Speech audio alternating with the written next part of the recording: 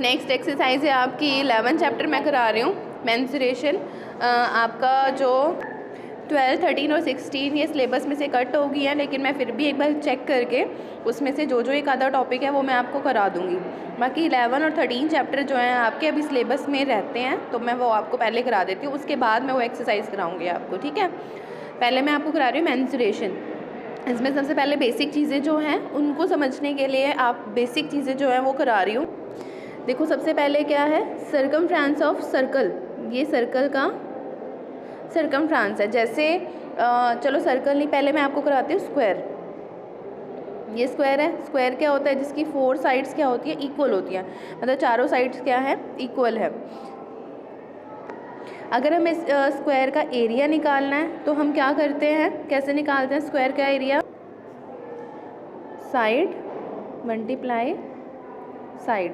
और अगर यही हमें पैरामीटर निकालना हो किसका, स्क्वायर का, तो हम क्या करते हैं 4 मल्टीप्लाई साइड, ठीक है।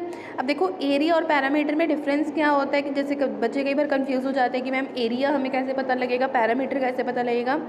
जब भी कभी हमें कोई भी फिगर या कोई भी चीज़ अगर हमें दे रखी है, अगर हमें उसका इंटरनल अंदर का सारा पोर्शन की साइज़ या उसकी वैल्यू निकालनी है तो हम निकालते हैं एरिया, ठीक है।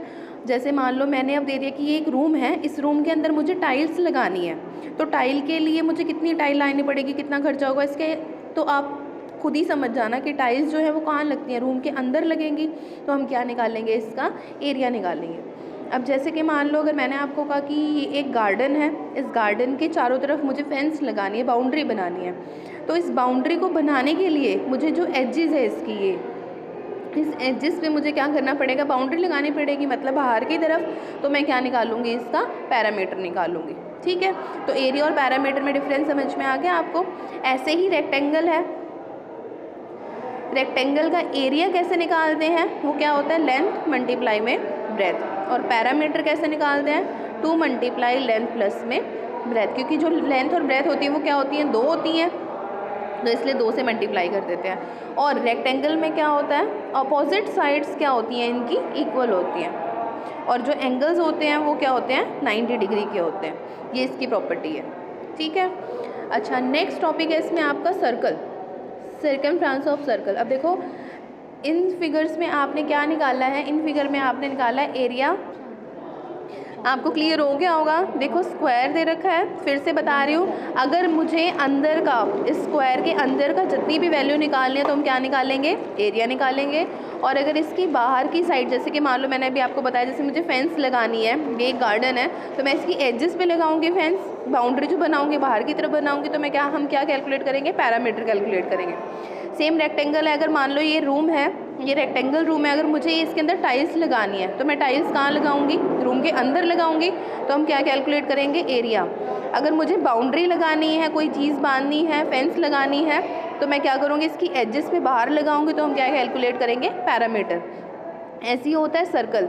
अब सर्कल जो है, अगर मान लो मुझे सर्कल के अंदर का एरिया निकालना है तो मैं क्या निकालूंगी, एरिया, उसको क्या बोलते हैं, पाई आर स्क्वायर।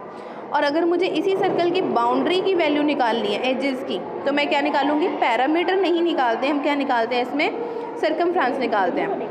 सर्कल का सर्कमफ्रेंस क्या होता है, 2 पाई आर। ये आर क्या होती है, ये आर होती है रेडियस।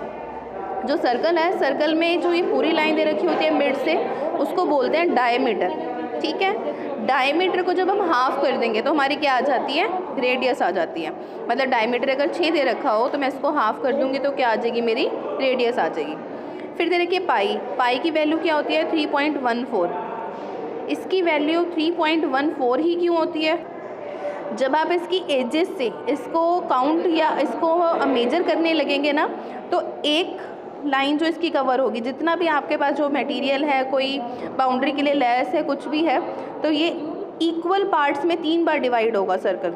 मतलब इसको ये, इसका जो सर्कमफ्रेंस निकालेंगे तो ये इक्वल पार्ट में 3 बार डिवाइड होगा, और जो थोड़ा सा पोर्शन रह जाता है उसको मेजर करते हैं 1.4। आगे ये नंबर बहुत बड़ा है तो हम इसको यहीं तक ले लेते हैं, इसलिए इसकी वैल्यू 3.14 और 22/7 मेजर की जाती है। तो सर्कल जो है उसका सर्कमफ्रेंस क्या होता है, 2 पाई आर, और एरिया कैसे निकालते हैं, पाई आर स्क्वायर। अगर मान लो सेमी सर्कल की वैल्यू निकालनी है, सेमी सर्कल के लिए मैंने भेज दिया। सर्कल का सर्कमफ्रेंस मैंने आपको क्या बताया, 2 पाई आर। अभी आपके पास ये सर्कल कैसा है, कंप्लीट सर्कल नहीं है, हाफ सर्कल है, तो हम इसको हाफ कर देंगे, मतलब हम हाफ सर्कमफ्रेंस निकालेंगे। तो 2 से 2 कैंसिल हो गया, सेमी सर्कल का सर्कमफ्रेंस क्या होगा, पाई आर।